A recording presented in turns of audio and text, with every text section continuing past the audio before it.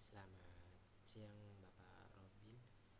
Jadi di video ini itu saya ingin mempresentasikan hasil dari materi dan juga diskusi yang udah ditentukan, karena kemarin belum sempat untuk presentasi dikarenakan terkendala laptop rusak ya Bapak. Nah, jadi uh, video singkat ini akan menjelaskan dan juga memaparkan terkait metode EDAS dalam SPK. Dan juga jika berkenan, di lain waktu atau di kesempatan berikutnya, saya juga ingin mempresentasikan materi ini kepada Bapak Robin dan juga teman-teman secara langsung.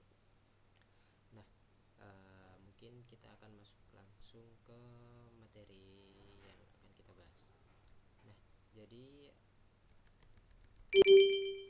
untuk materi yang saya dapat adalah EDAS method.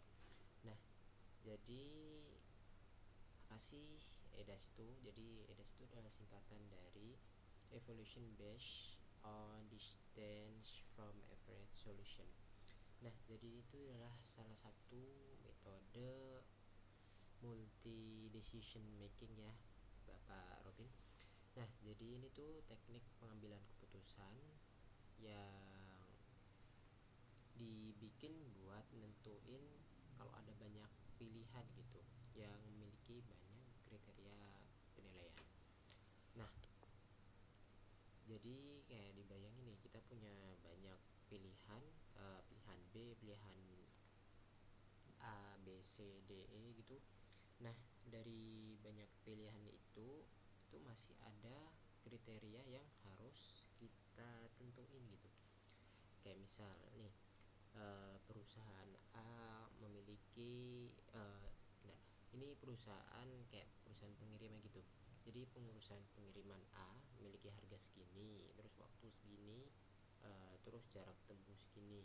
Perusahaan B itu beda juga nih sama perusahaan A. Jadi dari segi harga, kualitas, terus waktu itu beda-beda. Nah, makanya metode EDAS ini adalah pilihan terbaik buat nentuin mana nih yang terbaik dari menghitung rata-rata dari pilihan itu nih. Nah, terus jadi mengapa nih mencari yang ideal jika rata-rata lebih objektif? Nah, kan nggak kayak metode lain tuh kayak Topsis atau Smart yang biasanya nyari yang paling oke lah, yang paling baik gitu di antara pilihan. Nah, metode EDAS ini kayak ngasih solusi yang dari sudut pandang berbeda gitu. Kita ngelihat dari segi rata-rata pilihan yang ditawarin. Kan kayak di dunia nyata ya, jadi nggak semuanya tuh yang sempurna yang baik. Jadi kita tuh harus kayak realistis juga nih milih sesuatu yang terbaik gitu. Nah, jadi salah satunya tuh adalah ngitung dari rata-ratanya. Dan pendekatan tradisional itu sering mencari solusi paling sempurna nih, seringkali subjektif dan juga bias. Nah, sedangkan metode EDAS ini nyari average solution. Nah, jadi kan ada gambar kayak gini, nanti di berikutnya akan dijelasin. Nah, jadi keunikannya EDAS itu adalah nggak mencari solusi ideal dari positif dan juga negatif. Nah, jadi EDAS tuh gunain average solution sebagai jangkar yang adil. Peringkat alternatif perlu ditentuin dari seberapa jauh posisinya, di atas atau di bawah garis rata-rata tersebut. Nah, jadi di metode EDAS itu ada dua pilar penilaian, itu ada namanya PDA dan juga NDA. Jadi ini nih kayak misalnya nih ada rata-rata nilai itu segini nih. Nah, di atasnya itu adalah dinamain PDA, itu adalah positive distance from average. Jadi jarak positif dari rata-rata digunakan saat nilai alternatif lebih baik dari rata-rata kelompok. Jadi itu adalah nilai yang di atas dari rata-rata. Kebalikannya, NDA itu adalah nilai yang di bawah rata-rata gitu. Jadi di sini tuh bisa kita lihat seberapa unggul nih suatu pilihan dengan membandingkan dari positif distance dan juga negatif distance-nya. Nah, lanjut di sini. Nah, arah nilai bergantung pada jenis kriterianya. Jadi ada kriteria benefit, keuntungan dan juga kriteria cost. Nah, semakin tinggi nilai dari rata, semakin bagus. Jadi fokusnya itu adalah memaksimalkan lonjakan PDA ke atas. Nah, jadi PDA itu adalah bukan kriteria benefit itu kayak mungkin di kayak perusahaan nih, semacam kayak keuntungan atau waktu yang singkat, terus jarak tempuh yang pendek. Itu tuh masuknya ke arah benefit nih atau keuntungan. Jadi sesuatu yang ngasih timbal balik positif gitu. Nah, sedangkan kriteria cost itu adalah nilai yang kayak merugikan gitu. Jadi kayak contoh harga, ya jarak gitu juga bisa ya. Jadi ini tuh adalah dimana kita cara mandang PDA dan juga NDA. Jadi kalau cost ini tuh semakin rendah tuh semakin bagus ya, dan ini semakin tinggi semakin bagus. Nah, berikutnya ini adalah alur dari implementasi metode EDAS. Jadi secara keseluruhan tuh metode EDAS melalui 7 implementasi langkah gitu. Nah, jadi yang pertama itu adalah nentuin matriks keputusan. Nah, jadi kayak misal nih kayak keuntungan nanti diambil putusannya kayak 80% nilainya gitu. Terus nilai rata-rata ini adalah nilai rata-rata dari seluruh perbandingan dari semua pilihan gitu. Keuntungan, terus harga, jarak gitu di average nih dari satu pilihan terus pilihan lainnya gitu. Nah, terus tadi matriks PDA dan juga EDA itu nentuin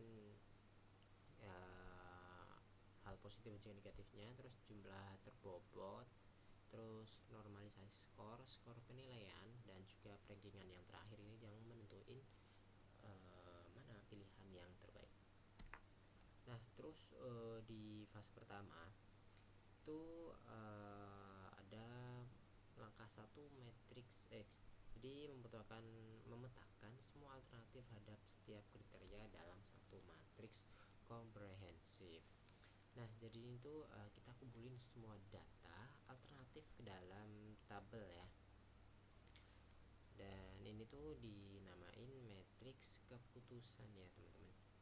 Nah, jadi setelah datanya lengkap, nah kita hitung tuh seluruh rata-rata dari pilihannya. Jadi semua pilihan gitu dihitung average-nya. Nah, ini tuh jadi ngitung average-nya di Excel nanti bisa ya otomatis.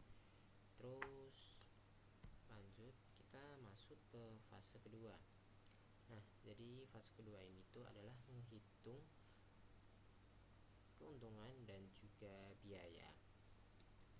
Nah, jadi dalam melihat keuntungan dan juga biaya itu dilihat dari PDA dan juga EDA-nya. Kita mungkin langsung aja ya masuk ke bagian Excel untuk fase kedua gitu. Nah, jadi untuk tampilan metode penghitungan EDAS tuh saya bikin kayak gini ya. Nanti kayak gini. Nah, jadi ini adalah langkah pertama tadi, kita nentuin semua data yang bakal kita bandingin gitu.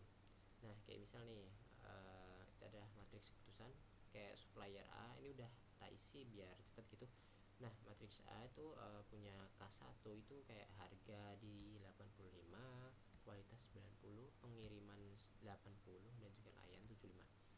Supplier B memiliki nilainya sendiri C, D, dan E. Nah, uh, untuk penghitung matriks P dan juga NDA ini, nah kita tuh bakal masuk di sini nih. Nah, jadi average solution ini adalah nilai kriteria bobot yang kita tentuin pertama kali saat mau membandingkan di metode EDAS. Nah, jadi untuk harga kita hitung adalah nilainya paling berat nih. Jadi kayak penghitungan di nilai mata perkuliahan atau jika ngasih nilai gitu. Jadi harga ini saya taruh yang paling besar karena kita tuh fokus nyari keuntungan gitu. Nah, jadi harga kita yang fokuskan.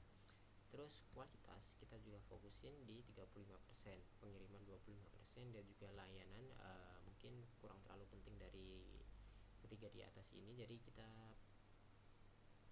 kasih yang nilai rendah. Nah, totalnya itu 100% ya. Untuk perhitungan. Nah, jadi ini tuh adalah step 1. Kita ngehitung average dari data-data yang kita udah masukin tadi ya. Oh ya, permisi. Oh ya. Nah, yang kedua itu nentuin matriks PDA dan juga EDA-nya. Nah, oh ya. Nah, jadi kita tentuin dari semua data ini, dari semua itu ya masuknya itu yang ini ya,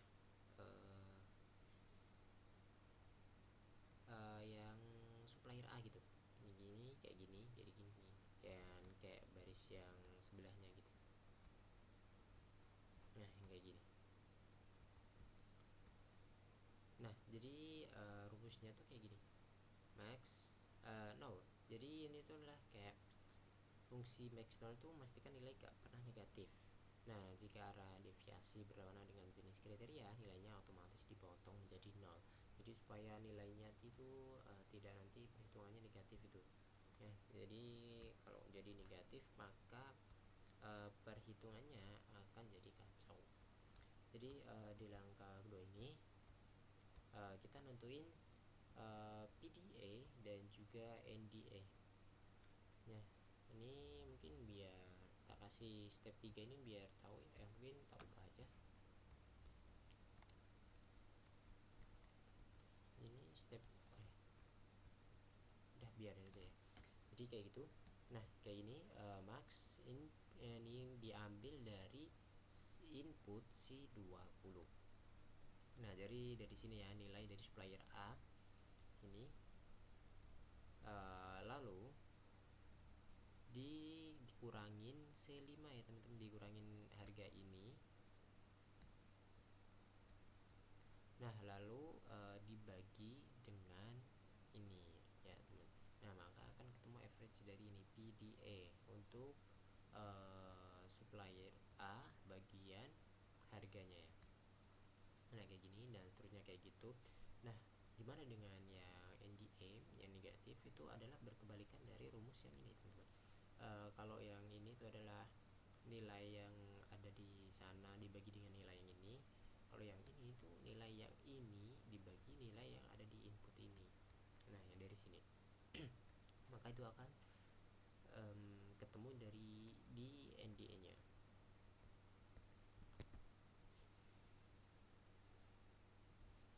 Nah, lalu masuk ke fase 3 itu mengaplikasikan bobot kepentingan.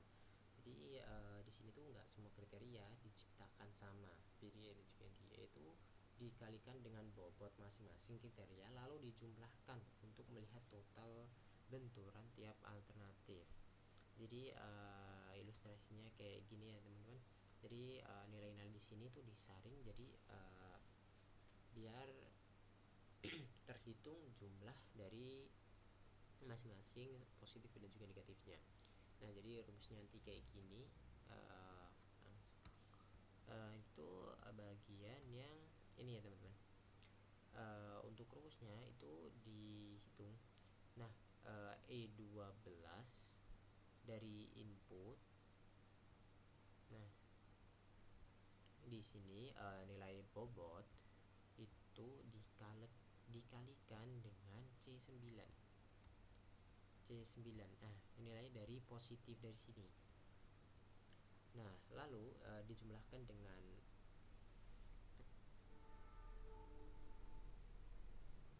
yang ini untuk kualitas. Kita positifnya juga kualitas juga di kalian ini jumlah. Terus ada pengiriman nanti dikaliin dengan ini. Terus ada layanan nanti dikalikan dengan ini. Nanti akan ketemu jumlah-jumlah dari fase 3 ini ya, mengaplikasikan bobot. Nah, jadi nanti akan kayak gini. Terus ada fase 4 itu menstandarkan skala 0 hingga 1. Nah, jadi skor mentah dari positif dan juga negatif itu diubah jadi persentase yang relatif gitu teman-teman, biar kita gampang buat melihatnya. Nah, jadi itu buat normalisasi positif dan juga negatif. Ini tuh formula terbalik. Nih, skor negatif terkecil jadi normalisasi terbesar. Jadi kayak yang tadi ya, semakin kecil nilai itu semakin bagus ini buat yang negatif. Kalau yang positif ya semakin besar semakin bagus. Nah, maka dihitung kayak gini ya. Rumusnya itu C25 ini tuh dibagi dengan di antara ini yang paling besar yang mana ya? Mungkin yang ini dibagi dengan yang ini, maka ketemuannya kayak ini. Nah, terus yang hijau ini apa? Nah, yang hijau ini adalah yang tadi ya. Nah, menstandarkan nilai 0 hingga 1 ini supaya data ini tuh toh yang negatif dan juga positif itu bisa menjadi nilai yang gampang kita langsung gimana ya, mungkin biar kita langsung cepet gitu. Nah, si data ini nanti negatif sama positifnya punya segini. Nah, jadi hasilnya kalau jadi satu tuh poinnya segini gitu. Mungkin intinya kayak gitu ya untuk di fase yang 4 ini. Nah, buat yang fase terakhir itu adalah skor akhir dan juga solusi terbaik. Nah, jadi nilai negatif dan juga positif tadi itu udah kayak disatuin gitu. Jadi appraisal score jadi. Nah, jadi menghitung skor tunggal rata-rata itu kayak gini yang tadi ya. Ini perankingan alternatif diurutkan dari nilai AS tertinggi ke terendah. Alternatif yang menduduki puncak podium adalah keputusan terbaik yang paling objektif. Jadi ya nanti kayak gini. Nah, perankingan kayak gini. Nah, jadi ini tuh yang jadi skor terbaik ya. Dan jadi pilihan terbaik di antara 5 pilihan yang ada di sini. Nah, alternatif terbaiknya. Jadi ini tuh Vitalitas tuh langsung nentuin nih mana dari beberapa pilihan itu yang memiliki kayak balance gitu dari semua pilihan dan juga kriteria yang disediakan, mungkin kayak harga, kualitas, pengiriman barang dan layanan. Nih, mana nih yang paling seimbang nih buat kita putuskan gitu. Nah, jadi langsung ketemu kayak gini ya, skor yang terbaik langsung jadi pilihan yang terbaik gitu. Nah, jadi untuk keunggulan metode IDAS itu komputasi yang efisien. Nah, jadi ini tuh lebih sederhana dan lugas dari AHP, nggak butuhin uji konsistensi matriks iteratif yang makan waktu lama. Terus stabilitas tinggi, jadi itu bisa jadi titik acuan rata-rata kan menyesuaikan secara presisi dan otomatis jika data alternatif berubah. Jadi metode ini tuh kayak fleksibel gitu. Jika semisal data yang kita pinginin atau target yang kita tentuin itu berubah, maka data yang di perhitungan ini akan ikut berubah otomatis gitu. Misal nih, jika kita nyari keuntungan, fokus di keuntungan, maka bobot di harga itu dibesarin kayak mungkin. Terus kalau kita butuh barang yang cepet-cepet gitu, kayak urgent, nah jadi bobotnya tinggal dibesarin aja. Terus kalau pengen lagi bad mood atau apalah, mungkin pengen layanannya enak gitu, kita tinggal gedein. Jadi fokus kita tuh tinggal nentuin bobot yang ada di kita di sini nih, kita fokusnya mau di mana gitu. Terus sangat objektif, jadi dia buat kasus di mana definisi solusi sempurna terlalu subjektif. Jadi nilai rata-rata kelompok sebagai hakim yang adil. Nah, jadi buat implementasi EDAS dalam industri itu kayak nih, pemilihan karyawan terbaik, terus evaluasi performa supplier, penentuan lokasi bisnis, terus pemilihan produk juga. Dan untuk ya, ini adalah bagian terakhir dari PPT saya kali ini. Dan di sini juga saya memberikan metode perhitungan Excel yang bisa langsung dipakai gitu. Jadi sekian untuk video presentasi kali ini. Jika ada salah mohon dimaafkan, dan terima kasih.